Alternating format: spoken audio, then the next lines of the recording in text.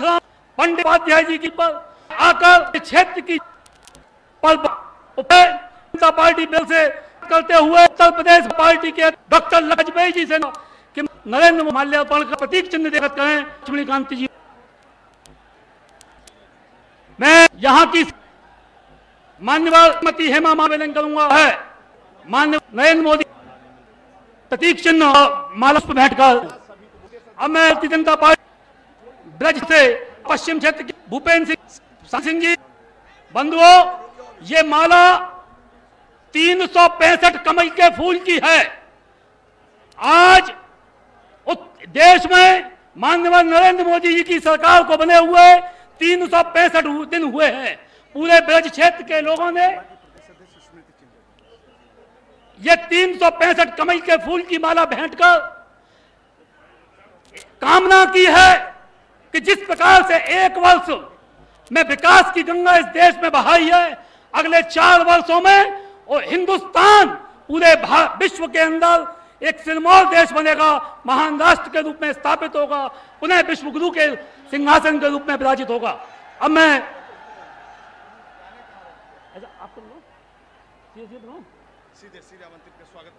आप लोग चिलचिलाती गर्मी में यहाँ लाखों की हजारों की संख्या में बैठे हैं। मैं अधिक समय न लेते हुए अपने प्रदेश अध्यक्ष मान्यवर प्रदेश अध्यक्ष लक्ष्मीकांत वाजपेयी जी मोदी जी को ब्रज का प्रतीक चिन्ह भेंट कर रहे हैं। मान्यवर वाजपेयी जी, अब मैं आमंत्रित कर रहा हूं प्रदेश अध्यक्ष मान्यवर डॉक्टर लक्ष्मीकांत वाजपेयी जी को कि वो आए और शब्दों में प्रधानमंत्री माननीय नरेंद्र मोदी जी का स्वागत करें और उनको ब्रज क्षेत्र की जनता को संबोधित करने का आमंत्रण दें। माननीय वाजपेयी जी, हम सब के लिए बड़े सौभाग्य की बात है कि भारत के प्रधानमंत्री आज 1 वर्ष पूर्व होने की पूर्व संध्या को एकात्म मानववाद के प्रणेता और भारतीय जनता पार्टी के आर्थिक चिंतन के जनक आदरणीय स्वर्गीय पंडित दीनदयाल उपाध्याय जी के जन्मस्थली पर हम सबको संबोधित करने में सहमति प्रदान की। हम इस बात के लिए भी आभारी हैं उत्तर प्रदेश के कार्यकर्ता कि जन कल्याण पर्व का प्रारंभ उत्तर प्रदेश से करने के लिए आदरणीय प्रधानमंत्री जी ने अपनी सहमति दी और वह भी भगवान कृष्ण की भूमि ब्रज भूमि और पंडित दीनदयाल उपाध्याय जी की जन्मभूमि पर आपने सभा के लिए अनुमति प्रदान की। हम उनके हृदय से आभारी हैं। उत्तर प्रदेश भारतीय जनता पार्टी की ओर से मैं उनका हार्दिक स्वागत और अभिनंदन करता हूं। 1 वर्ष के भारतीय जनता पार्टी सरकार के अच्छे कामों को आज आप उनके श्रीमुख से सुनेंगे। इसलिए मैं आदरणीय प्रधानमंत्री श्री नरेंद्र भाई मोदी जी को आमंत्रित करता हूं कि वो उपस्थित ब्रज क्षेत्र की जनता जनार्दन को संबोधित करने की कृपा करें। माननीय प्रधानमंत्री जी।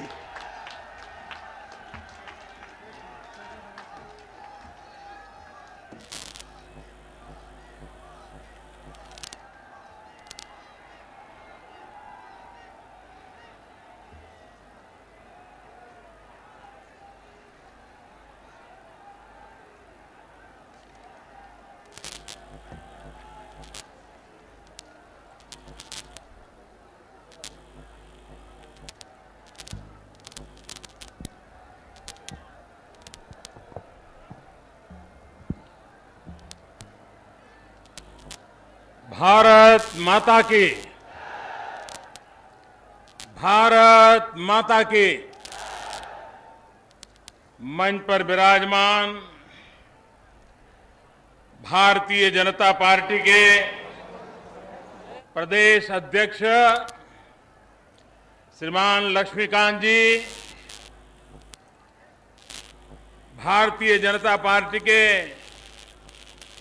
राष्ट्रीय महासचिव श्रीमान रामलाल जी,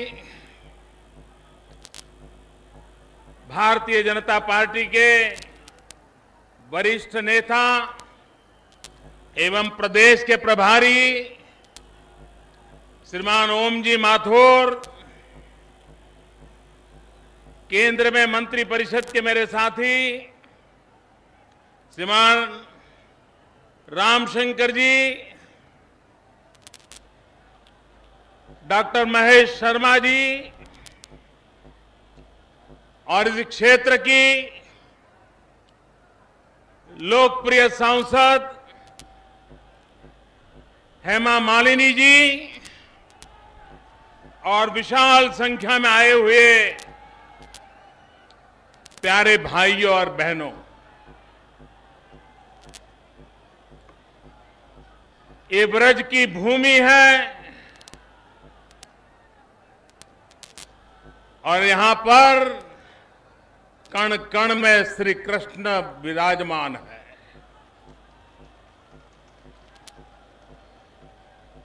और श्री कृष्ण का संदेश एक ही था, कर्म योग का। कर्म करते रहो, निरंतर कर्म करते रहो, अविरत कर्म करते रहो। और जिस धरती पर एक कार्यक्रम की रचना हुई है, वो कार्यक्रम गांव है दीनदयाल धाम। पंडित दीनदयाल उपाध्याय जी का इस छोटे से गांव में जन्म हुआ था और श्री कृष्ण का संदेश था, कर्म करते रहो। पंडित दीनदयाल उपाध्याय जी का संदेश था, चरैवेति चरैवेति चरैवेति। न थको, न रुको, न झुको, चलते ही रहो, चलते ही रहो। ये पंडित दीनदयाल उपाध्याय जी हर बार हम कार्यकर्ताओं को कहते रहते थे।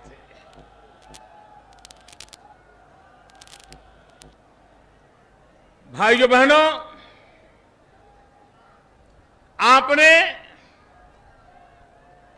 एक साल पूर्व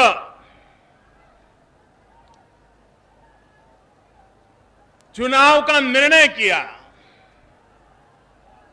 और आपने 30 साल के बाद दिल्ली में एक पूर्ण बहुमत की सरकार बनाई। उस सरकार को काम करते करते आज 1 वर्ष पूर्ण हो रहा है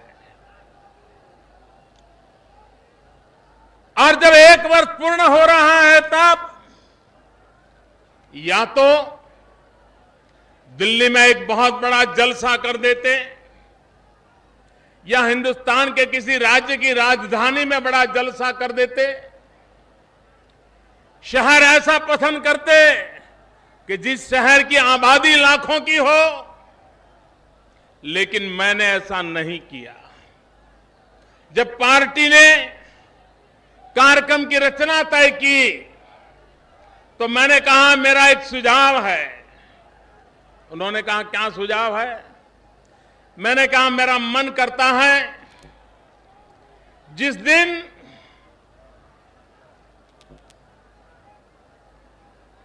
संसद के अंदर मुझे नेता के रूप में चुना गया था और सांसदों के बीच में, पार्टी के वरिष्ठ नेताओं के संबंध में, उनके सम्मुख में मैंने कहा था ये सरकार गरीबों को समर्पित सरकार है,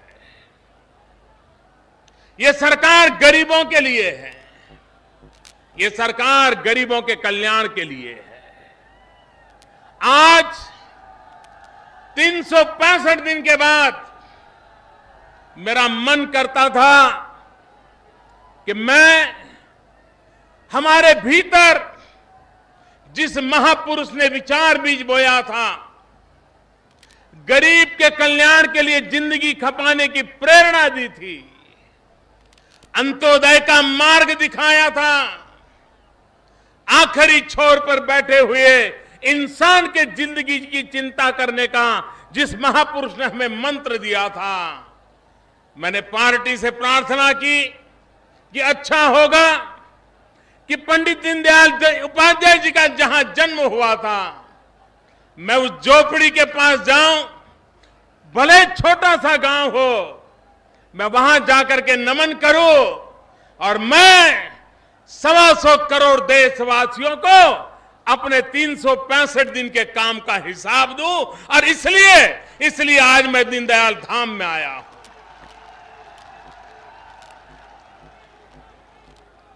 भाइयों बहनों, अगर पिछली शताब्दी हिंदुस्तान के राजनीतिक चिंतन पर नजर करें तो ये बात माननी होगी कि भारत के राजनीतिक जीवन पर 3 चिंतकों का प्रभाव रहा है। प्रमुख रूप से 3 महापुरुषों के चिंतन ने भारत की राजनीति को दिशा दी है, प्रेरणा दी है। गांधी, लोहिया और दीनदयाल, ये 3 महापुरुष की छाया आज भी हिंदुस्तान के राजनीतिक जीवन पर है। और तीनों की राजनीतिक जीवन में, राजनीतिक चिंतन में एक बात साफ नजर आती है, चाहे गांधी का राजनीतिक चिंतन हो, चाहे पंडित दीनदयाल उपाध्याय जी का राजनीतिक चिंतन हो, या चाहे राम मनोहर लोहिया जी का राजनीतिक चिंतन हो, इन तीनों के चिंतन में केंद्र बिंदु में इस देश का गरीब है, इस देश का गांव है, इस देश का किसान है, इस देश के गांव के कल्याण की बात है। और इसलिए इन 3 महापुरुषों ने हमें जो प्रेरणा दी है, उसी प्रेरणा को लेकर के आज हम देश में सुशासन देने में सफलतापूर्वक आगे बढ़ रहे हैं। भाइयों बहनों, मैं आज कहना चाहता हूं, ये जो चमत्कार दिखाई दे रहा है, ये जो परिवर्तन दिख रहा है, ये जो एक नया विश्वास पैदा हुआ है, चारों तरफ नए उमंग की लहर नजर आ रही है, किसके कारण? यह परिवर्तन किसके कारण आया? मैं आपसे पूछना चाहता हूं, यह परिवर्तन किसके कारण आया? यह लहर कहां से आई? यह बदलाव कहां से आया? भाइयों बहनों, पल भर सोच लीजिए कि अगर चुनाव 2014 में न हुए होते और शायद अगर मानो चुनाव आज हुए होते, 1 साल उन्हें और मिल गया होता तो देश कितना डूब गया होता। आप कल्पना कीजिए कि अगर आपने इतना बड़ा फैसला न किया होता तो आज देश की हालत क्या हुई होती। जब तक हम उन बातों का विचार नहीं करेंगे, तब तक हम कहां से निकले थे, कहां पहुंचे हैं, उसका सही अंदाज नहीं आएगा। आप मुझे बताइए, मैं सवाल पूछूं, जवाब देंगे आप लोग? सबके सब देंगे? आप मुझे बताइए, अगर आपने ये सरकार न चुनी होती और वही सरकार रहने दी होती तो देश का हाल बदला होता, परिवर्तन आया होता? आप मुझे बताइए, पिछले साल जब यूपीए की सरकार थी, देश के हाल बुरे थे कि नहीं थे? देश के दिन बुरे दिन थे कि नहीं थे? आए दिन एक घोटाला होता था कि नहीं होता था? रिमोट कंट्रोल से सरकारें चलती थी कि नहीं चलती थी? रोज नया भ्रष्टाचार सामने आता था कि नहीं आता था? रोज नया घोटाला सामने आता था कि नहीं आता था? रोज अफसरों को जेल जाने की नौबत आती थी कि नहीं आती थी? नेताओं को जेल जाना पड़ता था कि नहीं जाना पड़ता था? खेल कूद में से रुपये मार लिए गए थे कि नहीं मार लिए गए थे? कोयले में चोरी हुई थी कि नहीं हुई थी? स्पेक्ट्रम में चोरी हुई थी कि नहीं हुई थी?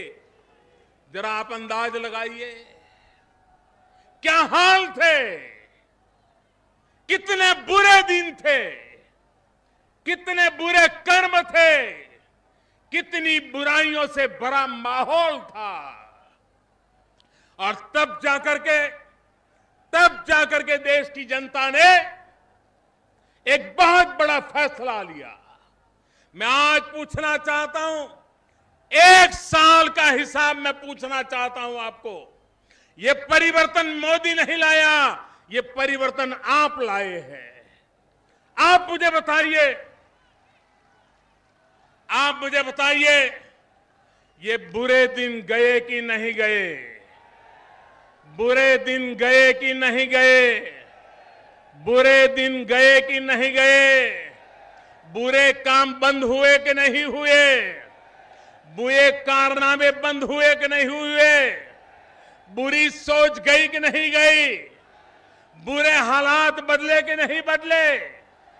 भाइयों बहनों, पिछले 1 साल में कहीं से कोई घोटाले की खबर आई है? जरा ताकत से बोलो, कोई घोटाले की खबर आई है? कोई भाई भतीजेवाद की खबर आई है? कोई रिमोट कंट्रोल की खबर आई है? कोई नेताजी के दामाद का किस्सा सुना है? किसी नेताजी के बेटे का किस्सा सुना है? किसी नेता की बेटे की कहानी सुनी है? भाइयों बहनों, बुरे दिन गए कि नहीं गए? चोर लूट बंद हुई कि नहीं हुई? लूट का जमाना गया कि नहीं गया? भाइयों बहनों, मैंने आपको वादा किया था कि मैं प्रधानमंत्री नहीं, प्रधानमंत्री बन करके बैठूंगा। मैंने आपको वादा किया था, मैं प्रधानमंत्री नहीं, प्रधानमंत्री के नाते बैठूंगा और 125 करोड़ देशवासियों की मालिकी की जो तिजोरी है, उस तिजोरी पर कोई पंजा नहीं पड़ने दूंगा। कहा था कि नहीं कहा था? कहा था कि नहीं कहा था? मैंने वादा निभाया कि नहीं निभाया? वादा निभाया कि नहीं निभाया? मैंने चोर लूट के खेल बंद करवाए कि नहीं करवाए? भाइयों बहनों, ये दन्ना सेठों की जेब में बैठे हुए लोग, उन्होंने क्या किया था? कोयले की खदानें अपने चहेतों को कौड़ी के दाम दे दी थी। लूट लो, लूटो, हम भी लूटे, तुम भी लूटो, लूटते रहो, लूटते चलो। यही था कि नहीं था? भाइयों बहनों, पिछले चुनाव का मुद्दा था कोयले का करीब 2 लाख करोड़ के घोटाले का। 1 साल के भीतर कोयले की खदानों का ऑक्शन किया गया, उसकी नीलामी की गई और अब तक 29 खदानों की नीलामी हुई है। 29, 200 की करनी थी, 29 की हुई है और 29 में करीब 3 लाख करोड़ रुपया सरकारी खजाने में जमा होने वाला है। बुरे दिन गए कि नहीं गए? बुरे दिन गए कि नहीं गए? लूटने वालों के दिन खत्म हुए कि नहीं हुए? अपने चहेतों को देश लुटा दिया जाता था, बंद हुआ कि नहीं हुआ? ये पैसा किसके काम आएगा? ये पैसा किसके काम आएगा? हमने एक निर्णय किया कि ये जो पैसा आएगा उसमें से जहां पर मिनरल्स है, जहां खदानें हैं, इसका ऑक्शन होगा और कुछ पैसे उसका एक फाउंडेशन बनेगा। ज्यादातर ये कोयला हो, ये मिनरल्स हो, ये आदिवासी क्षेत्रों में है, जंगलों से जुड़ी हुई है। हमने एक बड़ा महत्वपूर्ण फैसला किया कि कुछ परसेंटेज पैसा उसका उस डिस्ट्रिक्ट का फाउंडेशन बनेगा और उन पैसों का उपयोग वहां के गरीब आदिवासियों के कल्याण के लिए खर्च किया जाएगा, वहां के गरीब लोगों के लिए खर्च किया जाएगा। भाइयों बहनों, कोयला पहले भी निकलता था, लेकिन गरीब की भलाई के लिए कोई काम नहीं होता था। हमने नियम बनाया कि काम होगा। भाइयों बहनों, जब एक बार निर्णय करते हैं कि हमारे देश में बुरी या बुराइयों से मुक्ति पानी है, बुराइयों से मुक्ति पाने का काम किया है। भाइयों बहनों, कुछ लोग बड़े परेशान हैं। उनको परेशानी इस बात की है कि सब लोगों के तो अच्छे दिन आए, लेकिन कुछ लोगों के बुरे दिन आए हैं। और जिनके बुरे दिन आए हैं उनको जरा परेशानी हो रही है। वो चीख रहे हैं, चिल्ला रहे हैं, क्योंकि 60 साल तक दिल्ली के राजनीति के गलियारों में उन्हीं की आवाज सुनाई देती थी, उन्हीं के इरादों पर ही देश चलाया जाता था। दिल्ली में पावर सेंटर से ज्यादा पावर सर्कलों की बोलबाला थी और अभिमन्यु को तो 8 कोठे जीतने पड़े थे। यहां पर तो पावर सर्कल के पता नहीं सैकड़ों सर्कल बने हुए थे। और भाइयों बहनों, आपके आशीर्वाद से वो पावर सर्कल के सैकड़ों कोठे ध्वस्त करके आज देश में, दिल्ली के गलियारों में दलालों के लिए कोई जगह नहीं है। उनके बुरे दिन आना बड़ा स्वाभाविक है, उनके बुरे दिन आना बड़ा स्वाभाविक है, और इसलिए वो जरा ज्यादा चीख रहे हैं। भाइयों बहनों, ये जिन लोगों ने देश को लूटा है, उनके अच्छे दिन की गारंटी मैंने नहीं दी थी, और इसलिए उनके तो बुरे दिन और बुरे दिन आने वाले हैं, क्योंकि यह देश लूटने नहीं दिया जाएगा। मैं संतरी मन करके बैठा हूं। भाइयों बहनों, मैं प्रधान सेवक हूं, लेकिन मैं एक प्रधान ट्रस्टी भी हूं।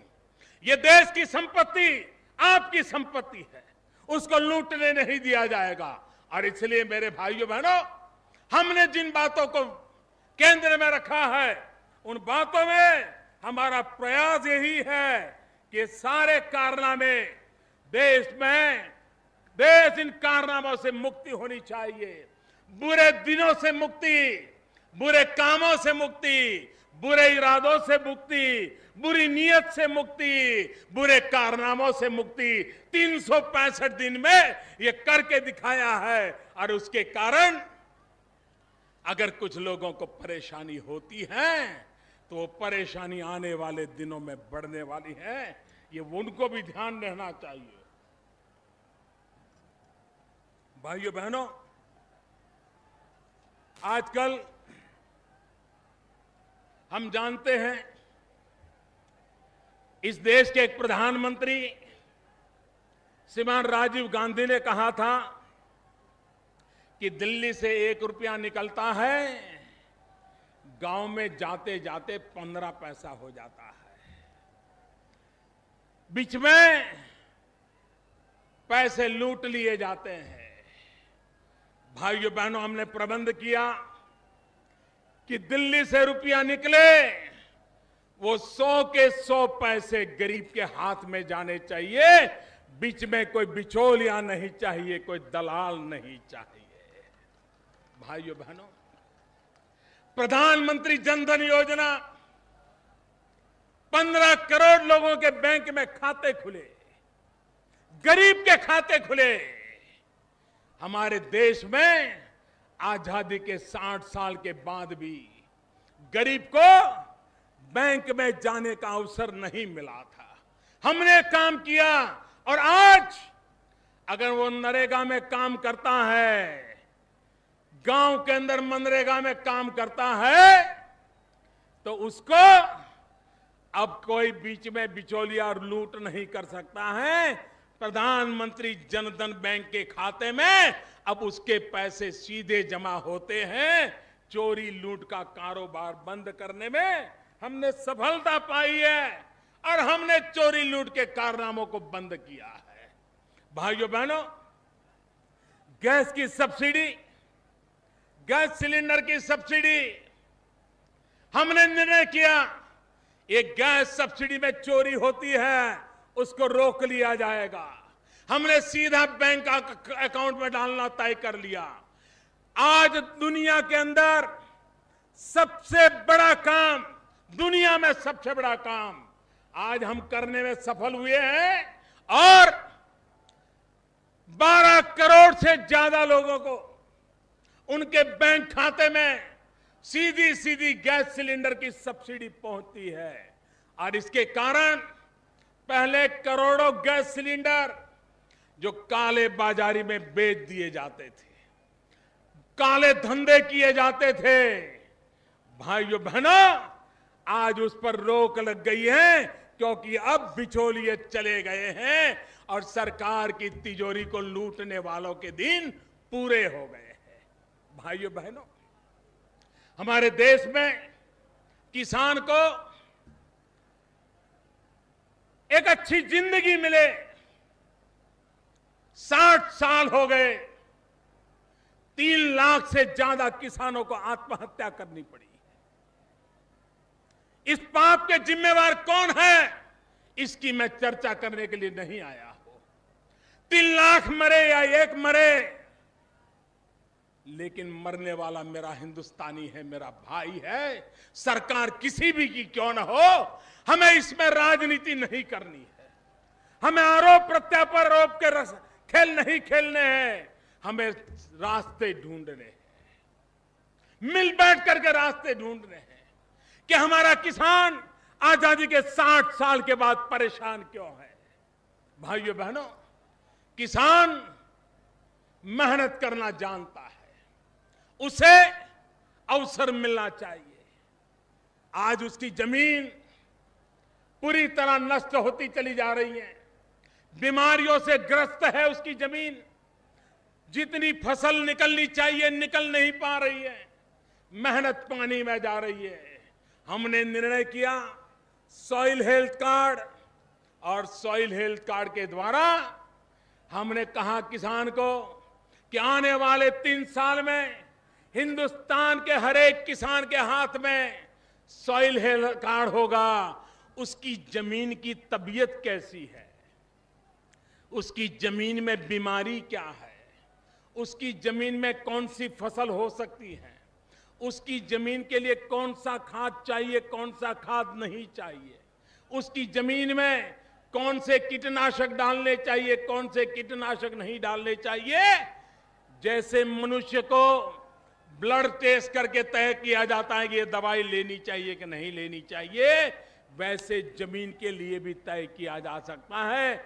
मैंने बीड़ा उठाया है हिंदुस्तान के किसानों की जमीन की तबीयत का हाल पूछने का। मैंने बीड़ा उठाया है हिंदुस्तान के किसानों की जमीन की तबीयत को ठीक करने का। और एक बार जमीन की तबीयत ठीक हो, किसान को पानी चाहिए, और इसलिए हमने तय किया है प्रधानमंत्री कृषि सिंचाई योजना। आने वाले 5 साल में नदियों को जोड़ने का काम हो, बारिश के पानी को रोकने का काम हो, पानी को पहुंचाने का काम हो, जल संचय का काम हो, पर ड्रॉप मोर क्रॉप का संकल्प हो, टपक सिंचाई हो, माइक्रो इरिगेशन हो। इन सारे मार्गों के माध्यम से हम किसान को पानी पहुंचाना चाहते हैं, हम किसान को बिजली देना चाहते हैं। हमने संकल्प किया है 5 साल के भीतर भीतर 24 घंटे किसान को बिजली क्यों न मिले। और भाइयों बहनों, आज मैं गर्व से कहता हूं, पिछले 30 साल में, पिछले ध्यान से सुनिए, पिछले 30 साल में जितनी बिजली का उत्पादन नहीं होता था, आज उतना बिजली का उत्पादन करने में हम सफल हुए हैं। फिर भी अभी जरूरत तो ज्यादा है, लेकिन इतना अगर 1 साल में हो सकता है तो 5 साल में क्या कुछ नहीं हो सकता है मेरे भाइयों बहनों। और इसलिए किसान को अच्छी जमीन बने, समय पर पानी मिले, जरूरत पर बिजली मिले, उसे चाहिए अच्छे बीज चाहिए, सस्ते बीज चाहिए। फसल एक बार बोने के बाद अगर बीज बुरा निकल गया तो उसका तो साल खराब हो जाता है। उसके लिए सरकार ने आधुनिक विज्ञान का उपयोग करते हुए यह पक्का किया है कि किसान को सही कीमत पर, सही समय पर सही बीज उपलब्ध हो, ताकि मेरा किसान, उसको कोई आशंका न रहे, संकट महसूस न हो। उसको खातर चाहिए। आज यूरिया का संकट क्यों है? भाइयों बहनों, पिछले कितने ही वर्ष हो गए, सबको पता है किसान को यूरिया के बिना नहीं चलेगा, लेकिन यूरिया के कारखाने, उस पर कोई काम नहीं हुआ। भाइयों बहनों, हमने किसान को यूरिया मिले, इसलिए किस प्रकार से सरकार काम कर रही है आप देखिए। खाद्य मिले उसको, उर्वरक मिले, इसके लिए हमने पहला काम किया है। आज जो उर्वरक के कारखाने हैं, फर्टिलाइजर के कारखाने हैं, उनकी एफिशिएंसी बढ़ाना। और भाइयों बहनों, एफिशिएंसी बढ़ाने से 20 लाख टन यूरिया का उत्पादन बढ़ने वाला है। 20 लाख टन। इससे विदेशों से जो यूरिया लाते हैं 4000 करोड़ रुपया बचने वाला है। और उसके कारण मेरे किसान को समय पर जितना चाहिए इतना यूरिया मिलने वाला है। हमने दूसरा महत्वपूर्ण निर्णय किया है। हमारे इसी उत्तर प्रदेश में गोरखपुर में कारखाना बंद पड़ा था, सपने दिखाए गए थे, कोई काम नहीं हो रहा था। सिंदरी में काम नहीं हो रहा था, बरौनी में काम नहीं हो रहा था। ये सारे पूर्वी हिंदुस्तान के इलाके हैं। हमने निर्णय किया हजारों करोड़ रुपया की लागत से इन तीनों जगह पर उर्वरक के कारखाने लगाए जाएंगे, लोगों को रोजगार दिया जाएगा, किसानों को यूरिया दिया जाएगा। इतना ही नहीं, आसाम के अंदर नामरूप में एक ब्रह्मपुत्रा वैली फर्टिलाइजर बंद पड़ा है, पुरानी मशीनें, कुछ काम नहीं कर रहा है, उसको आधुनिक बनाने का निर्णय किया है। एक काम के पीछे किस प्रकार से लगते हैं, हमने एक महत्वपूर्ण काम किया है। उर्वरक के कारखानों को गैस की जरूरत पड़ती है। पहले ये सरकार ऐसी थी, एक कारखाने को एक दाम, दूसरे कारखाने को दूसरा दाम, तीसरे कारखाने को तीसरा दाम। हमने आकर के निर्णय कर लिया सभी फर्टिलाइजर के कारखानों को एक ही दाम से गैस मिलेगा और उनकी एफिशिएंसी को नापा जाएगा। एक और महत्वपूर्ण निर्णय किया है, ये जो लोग बड़े परेशान है ना, उनकी परेशानी का एक और कारण बताता हूं। हमने फर्टिलाइजर पर, यूरिया पर नीम का कोटिंग लगाना शुरू किया है। नीम का कोटिंग लगाते हैं और नीम का कोटिंग लगाने के कारण जो फर्टिलाइजर सब्सिडी तो मिलती थी, लेकिन किसान के पास नहीं पहुंचता था। जो उर्वरक केमिकल फैक्ट्रियों में चोरी करके उठा के ले जाया जाता था और उसमें से और चीजें बनाई जाती थी। किसान यूरिया के लिए मरता था, ये जो धन्ना सेठ थे, उद्योगकार थे, वो फर्टिलाइजर चुरा करके अपनी केमिकल फैक्ट्रियां चलाते थे। हमने फर्टिलाइजर पर नीम कोटिंग कर दिया, अब वो किसी भी केमिकल की फैक्ट्री को काम नहीं आएगा, अब उसका कोई उपयोग ही नहीं होगा।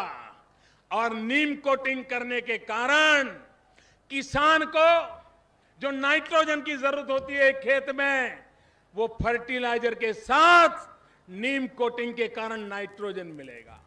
पहले अगर उसको 100 किलो यूरिया की जरूरत थी, तो नीम कोटिंग के कारण 90 किलो से उसका काम चल जाएगा। उसकी जमीन की रक्षा होगी, उसके खर्च की रक्षा होगी, और चोर लुटेरों के दुकानें बंद हो जाएगी। आप कल्पना कर सकते हैं। मैं ये विषय इतना विस्तार से इसलिए बताया कि एक विषय हम लेकर के किस प्रकार से काम करते हैं, आपको हैरानी होगी। हमारे देश में रेलवे और रोड, उनके बीच झगड़े ही चलते थे। रेलवे भी भारत सरकार की, रोड का डिपार्टमेंट भी भारत सरकार का, लेकिन कभी मिल बैठ के काम नहीं करते थे। रोड वाला कहता था कि हमें रेलवे के ऊपर ब्रिज बनाना है, तो रेलवे वाला 3-3, 4-4 साल तक उस फाइल को दबा करके बैठ जाता था। एक गांव से दूसरे गांव पानी ले जाना है और बीच में रेल की पट्टी आ रही है, तो नीचे से रेल वाला पाइपलाइन लेने नहीं जाने देता था। भाइयों बहनों, हमने सबको बिठाया, नियम बनाए, और आज रेल की पटरी से अगर रोड ले जाना है या रोड के बीच से नई रेल लानी है, 1 सप्ताह के अंदर निर्णय हो जाते हैं। 1 सप्ताह के अंदर अगर किसी गांव को पानी पहुंचाना है तो रेल वाला रोक नहीं सकता। सरकार कैसे चलनी चाहिए? हम कहते हैं मिनिमम गवर्नमेंट मैक्सिमम गवर्नेंस, ये इसका नमूना है। जो काम 3-3, 4-4 साल तक नहीं होते थे, वो काम आज हम करने में सफल हुए हैं। भाइयों बहनों, इतना ही नहीं, आपको मालूम है कि ये लोग पहले के जमाने में हमारे देश के सामान्य मानवी पर शक किया जाता था। शक किस बात का किया जाता था? अगर आप कोई अर्जी करते हैं तो किसी कॉर्पोरेटर के पास, किसी एमएलए के पास, किसी मामलतदार के पास आपको थप्पा मरवाना पड़ता था कि ये जो जेरोक्स कॉपी है वो सही है। क्यों भाई? कॉर्पोरेटर सही, एमएलए सही, एमपी सही, मामलतदार सही, और मेरे देश का नागरिक झूठा? ये किस बात का है? हमने कह दिया आपको कोई थप्पा लगाने के लिए कतार लगाने की जरूरत नहीं है। आप खुद लिख दीजिए कि मैं ईमानदारी से कहता हूं ये सर्टिफिकेट मेरा है, कोई सर्टिफिकेट लेने के जाने की जरूरत नहीं है। नियम बदला के नहीं बदला। हिंदुस्तान के 125 करोड़ देशवासियों पे हमने भरोसा करना सिखाया है, और आज हमने वो बदलाव लाया है। भाइयों बहनों, ये लोग गरीबों की बातें करने वाले, इन्होंने कितना बड़ा पाप किया है, कितना बड़ा पाप किया है। मैं जब सरकार में आया तो मुझे पता चला कि सरकार के खजाने में 27,000 करोड़ रुपया, कितने? 27,000 करोड़ रुपया। कितना? जरा बताओ ना। 27,000 करोड़ रुपया। कितना? सरकार की तिजोरी में कई वर्षों से 27,000 करोड़ रुपया सड़ रहा था। मैंने पूछा ये पैसे किसके हैं भाई? आपको जानकर के होगारी हो गई, हमारे देश के गरीब के पैसे हैं, मजदूर के पैसे हैं। जब वो कारखाने में नौकरी करता था उसके पैसे काटे जाते थे। 2-3 साल में बेचारा नौकरी छोड़ के चला जाता था, वो पैसे वहीं के वहीं रह जाते थे। कहीं दूसरी जगह पे जाता था, फिर काटे जाते थे, फिर कहीं और चला जाता था। उसकी नौकरियां बदलती जाती थी और पैसे कटते जाते थे। पैसे सरकार में जमा होते थे, लेकिन उसे मालूम नहीं रहता था कि पहले में कितना काटा, दूसरी नौकरी में कितना गया, तीसरी में कितना गया, कहां पैसा पड़ा है। और कभी पता चलता था तो 50-100 रुपया लेने के लिए जाता नहीं था। ये गरीब के खून के पसीने के पैसे 27,000 करोड़ रुपया ये गरीबों के नाम पर बात करने वालों ने अपनी तिजोरियों में बंद करके रखा हुआ था। मेरे भाई, हमने आकर के निर्णय किया, एक बड़ा महत्वपूर्ण निर्णय किया। हमने कहा हिंदुस्तान में मजदूरी करने वाले जो लेबरर्स हैं उनको एक यूनिक आइडेंटिटी कार्ड नंबर दिया जाएगा, यूनिक नंबर दिया जाएगा। वो जहां भी नौकरी जाएगा वो नंबर उसका साथ चलेगा और जैसा उसका पैसा कटेगा उस नंबर के साथ साथ पैसा भी उसके साथ चलता जाएगा और जब उसको उठाना होगा सारे के सारे पैसे एक साथ उठा सकता है। भले उसने नौकरी कलकत्ते में शुरू की हो और आखिरी नौकरी मुंबई में कर रहा हो, सारे पैसे कलकत्ते वाले भी मुंबई आ जाएंगे, गरीब को पैसा मिलेगा। आप मुझे बताइए, ये मजदूर को उन्होंने चिंता की थी क्या? ये गरीब की चिंता की थी? 27,000 रुपया लूट करके बैठ गए थे। हमने उसका निर्णय किया, रास्ता खोजा। क्यों? क्योंकि सरकार पंडित दीनदयाल उपाध्याय जी के आशीर्वाद से बनी हुई है, उनके चिंतन से चली है, जो गरीबों के लिए बनी सरकार है और इसलिए मजदूरों के कल्याण के लिए इतना बड़ा फैसला कर लिया। और आज अब गरीब के पैसे कोई लूट नहीं पाएगा और उन 27,000 करोड़ भी उनको बताया है, आप बता दीजिए, आप पैसा आप जहां होंगे वहां मैं जमा करवा दूंगा। एक पाई सरकार नहीं रखेगी, गरीब के हक का पैसा गरीब को दे दिया जाएगा। ये काम ये सरकार कर रही है। भाइयों बहनों, आपको मालूम होगा हमारे देश में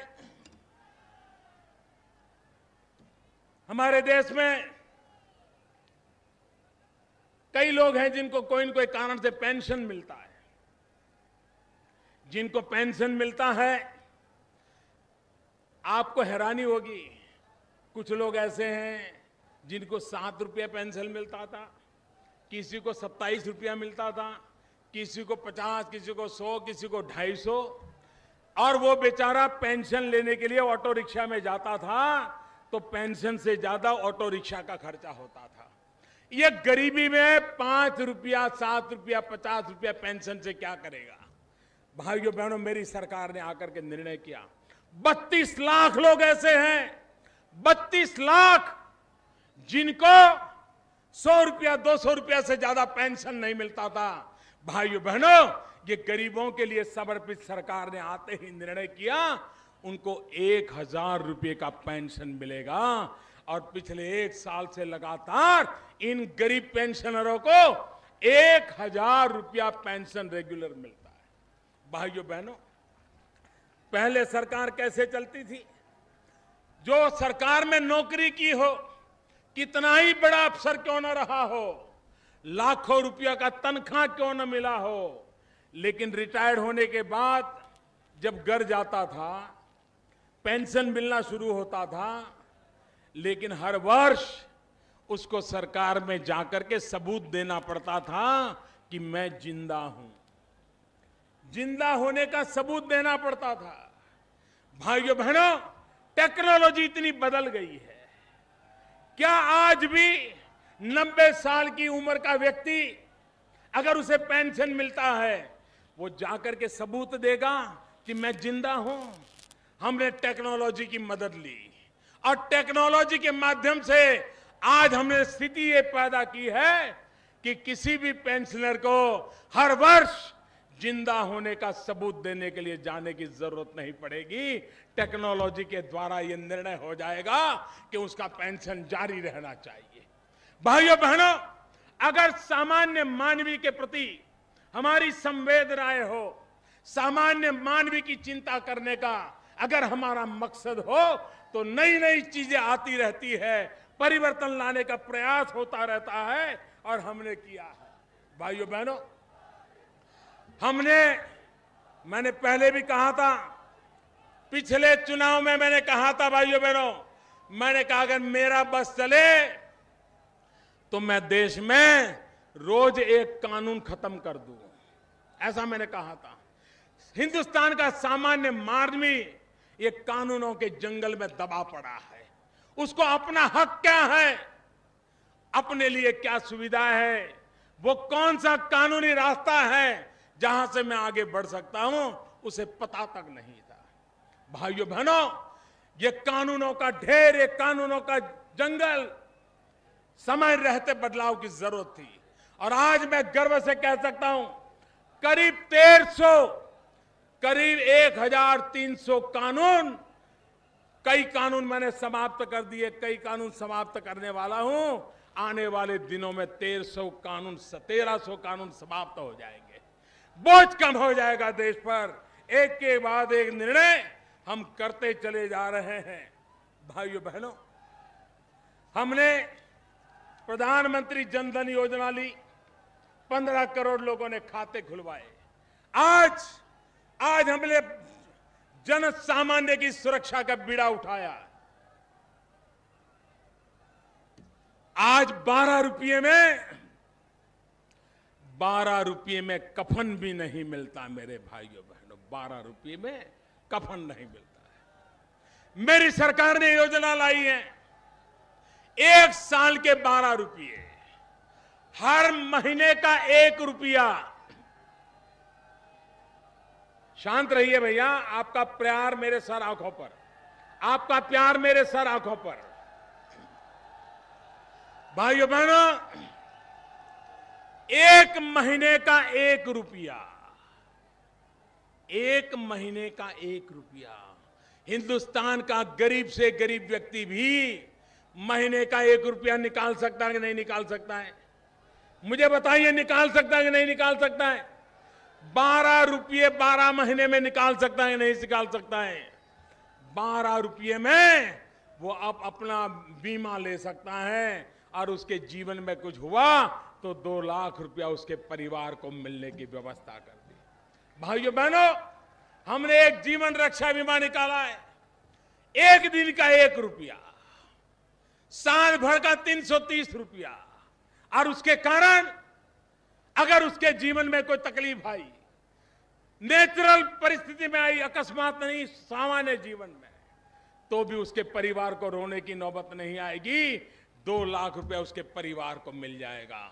भाइयों बहनों, ये सरकार सामान्य मानवीय के लिए है, ये सरकार गरीब के लिए है। अरे आपके घर में झाड़ू पोता लगाने वाली महिला का भी अगर रोज का 1 रुपया आप दे देंगे, उसको तो जीवन की रक्षा मिल जाएगी। आपके खेत में काम करने वाले मजदूर, उसका महीने भर का 1 रुपया आप खर्च कर देंगे, उसकी तो जिंदगी बदल जाएगी। और मेरी समाज के सभी लोगों से आग्रह है कि आपके यहां कोई काम करने वाला हो, गरीब आदमी हो, आप इस योजना उसके नाम कर दीजिए। आपको कोई आर्थिक बोझ नहीं होगा, उसकी तो जीवन बच जाएगा। और हर व्यक्ति, हमारा ड्राइवर हो, हमारे घर में खाना पकाने वाला हो, हमारे घर में झाड़ू पोता करने वाला हो, हमारे बच्चों को स्कूल ले जाने वाला हो, हमारे बच्चों को ले जाने वाला ऑटो रिक्शा वाला हो, हम इतना तो कर सकते हैं, हम उसकी जिंदगी बदल सकते हैं। और इसलिए भाइयों बहनों, हम ऐसी जीवन व्यवस्था लाना चाहते हैं जहां समाज एक सुरक्षा का अनुभव करे, और सुरक्षा का अनुभव करे, उस दिशा में हमने काम करने के लिए हमने एक अटल पेंशन योजना लगाई है। भाइयों बहनों, आपने कभी कल्पना की थी कि हमारे देश का किसान 60 साल के बाद उसको पेंशन मिल सकती है? घर काम करने वाली महिला 60 साल के बाद उसको पेंशन मिल सकती है? भाइयों बहनों, अगर आप 20 साल की उम्र के हैं, 25 साल की उम्र के हैं, 30 साल की उम्र के हैं, और अभी से आप पैसा जमा कराना चालू करोगे, जितना जमा कराओगे उसके अनुपात में 60 साल की उम्र होने के बाद आपको पेंशन मिलना शुरू हो जाएगा। सरकार उसमें पैसे डालेगी और आपको कभी बुढ़ापे में किसी के पास हाथ फहराने की नौबत नहीं आएगी। आपका बुढ़ापा भी सीख जाए, और आप जो पैसा जमा कराएंगे, आपके स्वर्गवास के बाद वो पेंशन आपकी पत्नी को मिलेगा। आपकी पत्नी के स्वर्गवास के बाद वो पैसा जितना है, करीब करीब 8 लाख रुपया आपके बच्चों को वापस दिया जाएगा।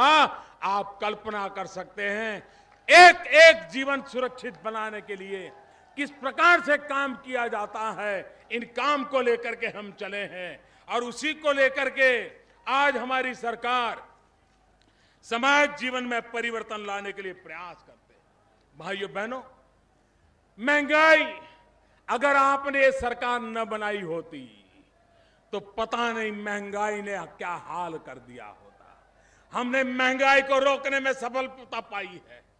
जिस प्रकार से महंगाई तेज गति से बढ़ रही थी उसको रोकने में हमने सफलता पाई है, कुछ कुछ मात्रा में कम करने में सफलता पाई है। इतना ही नहीं, विदेशी पूंजी, भाइयों बहनों, जब पिछली सरकार का आखिरी वर्ष था उस वर्ष में 3000 करोड़ रुपया विदेशी पूंजी आई थी, 3000 करोड़ रुपया, और एक साल के भीतर भीतर 25,000 करोड़ रुपया विदेशी पूंजी आई है। 8 गुना ज्यादा, 8 गुना ज्यादा।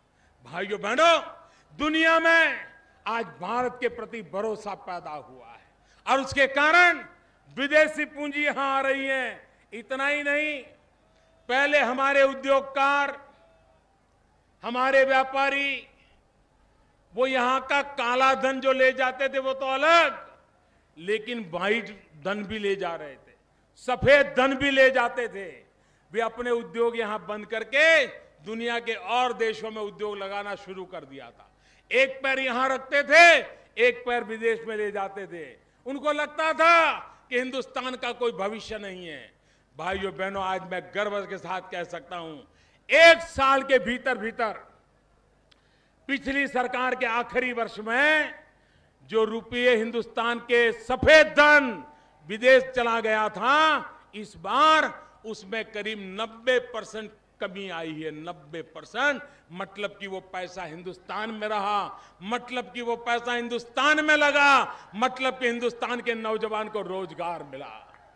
भाइयों बहनों, मैंने आपसे कहा था हिंदुस्तान को आगे बढ़ना है,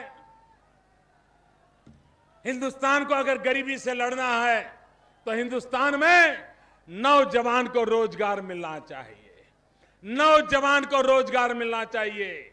टूरिज्म एक ऐसा क्षेत्र है जिस टूरिज्म में रोजगार की संभावना है।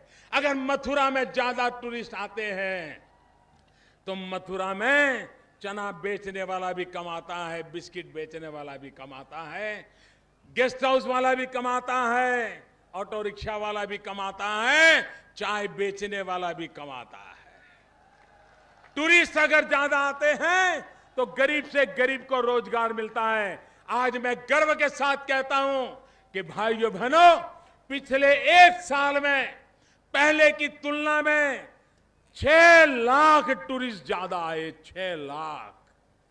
6 लाख टूरिस्ट ज्यादा आने के कारण आज मेरे देश के जिन जिन इलाकों में वो गए हैं वहां पर नौजवानों को रोजगार का अवसर मिला है। हमने स्किल डेवलपमेंट चालू किया है। ये स्किल डेवलपमेंट के कारण हमारे देश के नौजवानों को हुनर मिले, वे रोजी रोटी कमाने की उनकी ताकत बढ़े, उस दिशा में हमने काम किया है, सफलतापूर्वक काम किया है। लेकिन एक बहुत बड़ा महत्वपूर्ण काम किया है। हिंदुस्तान में रोजगार कौन देता है? कुछ लोगों की कल्पना ऐसी है कि बड़े बड़े जो उद्योगपति है ना, वो रोजगार देते हैं। जी नहीं, ये बड़े बड़े उद्योगपति ज्यादा रोजगार नहीं दे पाते। कितनी ही बड़ी कंपनियां क्यों ना हो, वो ज्यादा रोजगार नहीं दे पाते। रोजगार कौन देता है?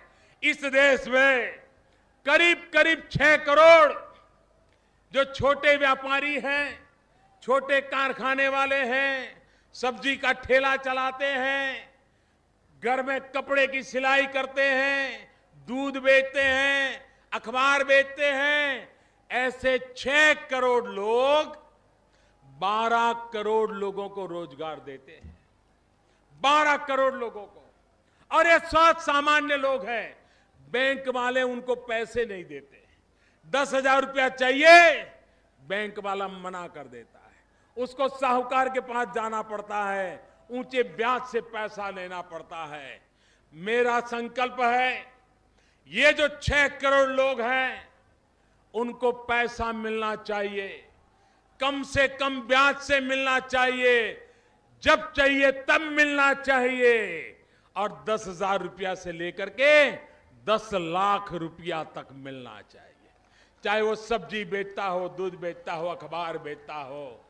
वो बर्तन बेचता हो, कपड़े बेचता हो, वो धोबी का काम करता हो, नाई का काम करता हो, और उसको हाथ में पैसा आएगा, वो अपना काम बढ़ाएगा, वो 1 या 2 लोगों को रोजगार देगा। आज वो 12 करोड़ को रोजगार देता है, वो 20 करोड़ नौजवानों को रोजगार दे सकता है। इसलिए हमने मुद्रा बैंक को जन्म दिया है।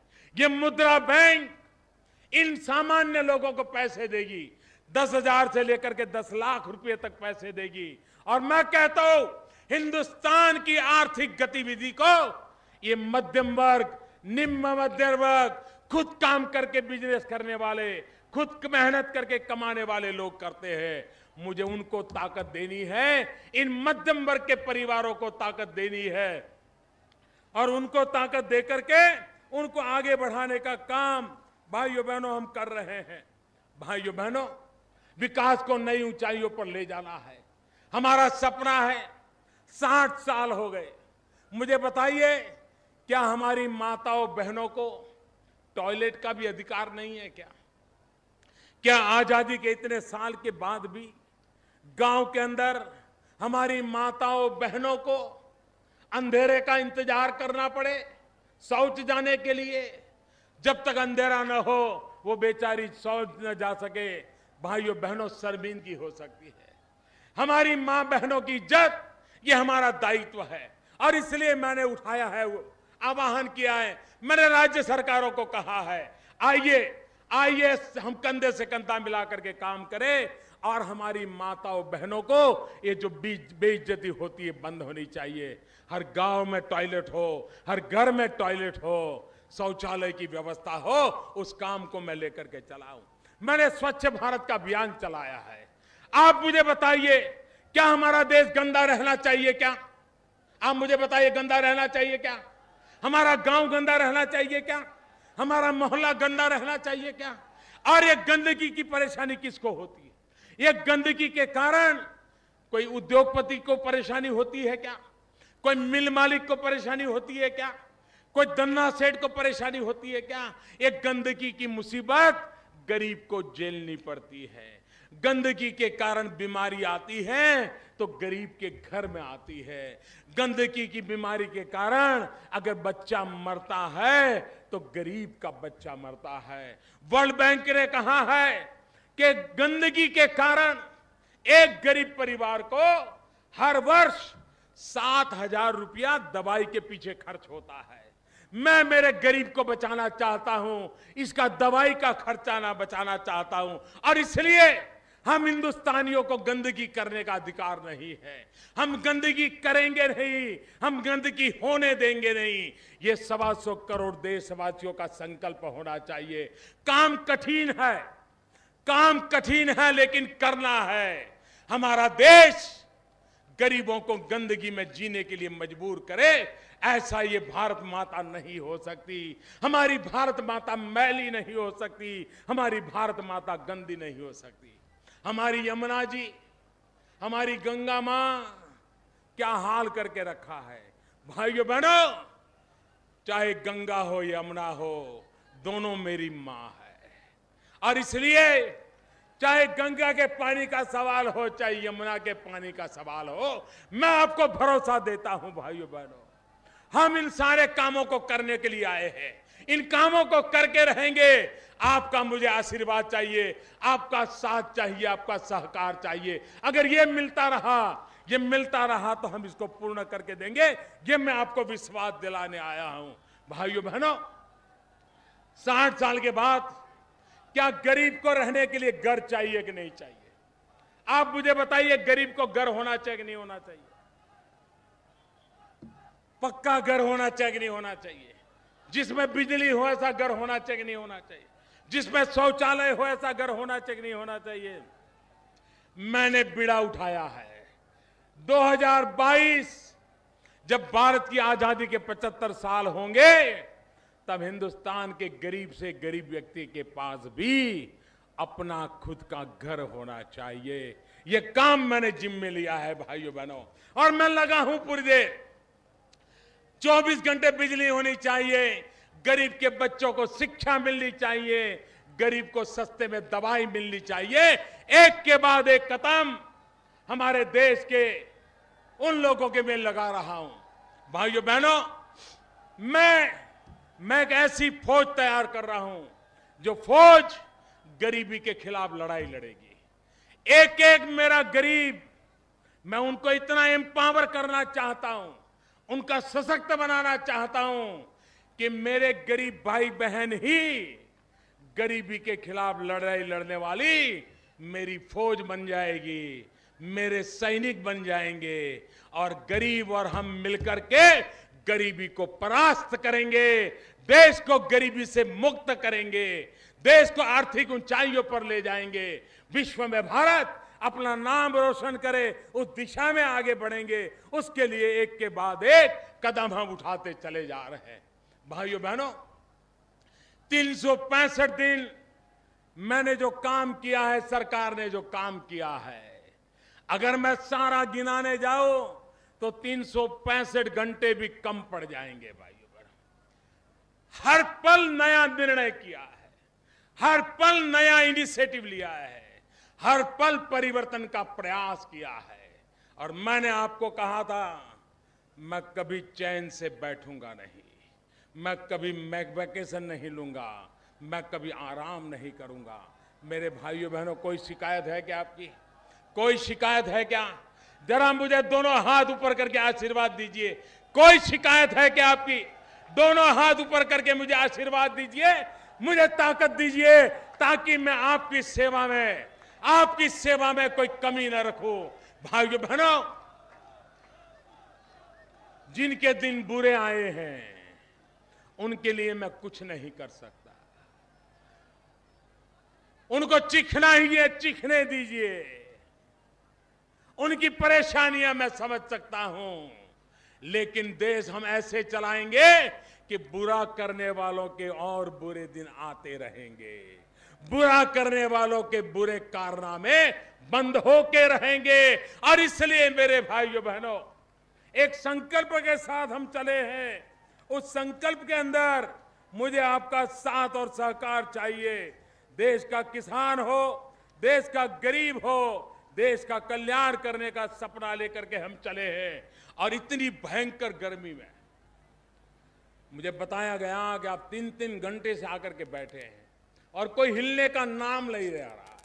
मैं आपके प्यार को इस छोटे से गांव में, दीनदयाल धाम में, पंडित दीनदयाल उपाध्याय जी से प्रेरणा लेकर के, आपके आशीर्वाद से एक नई ताकत लेकर के, आपके लिए समय का हर क्षण, शरीर का हर कण, पल पल आपको समर्पित करने का फिर एक बार संकल्प करते हुए ये भारत माता जगत गुरु का स्थान प्राप्त करे।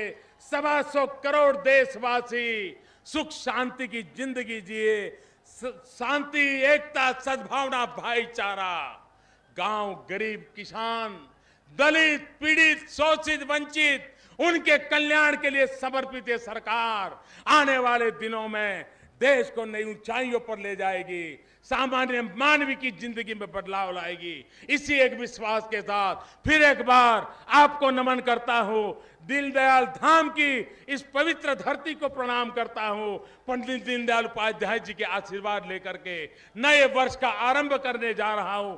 इसी आशा के साथ आप सबको बहुत बहुत शुभकामनाएं। दोनों मुट्ठी बंद करके मेरे साथ बोलिए, भारत माता की आवाज, आवाज हिंदुस्तान के कोने कोने तक जानी चाहिए। भारत माता की, भारत माता की, भारत माता की, भारत माता की, भारत माता की, भारत माता की, भारत माता की, भारत माता की, भारत माता की। बहुत बहुत धन्यवाद।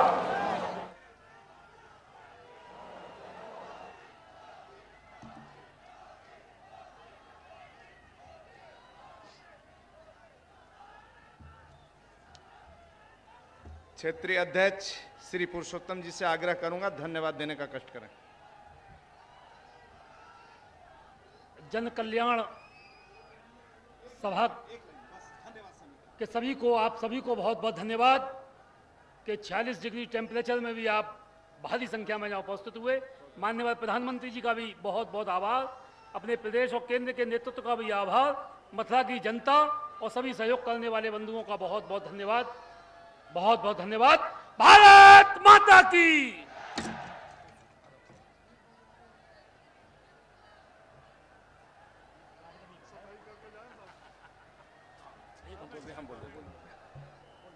मित्रों, श्री राजेश जी, श्री गौतम जी चेयरमैन, राजेश जी, विनोद जी, ओम प्रकाश सिंह जी जो व्यवस्था में लगे हैं, जहां भी पॉलीथीन पानी का है वह सभी कलेक्शन करेंगे।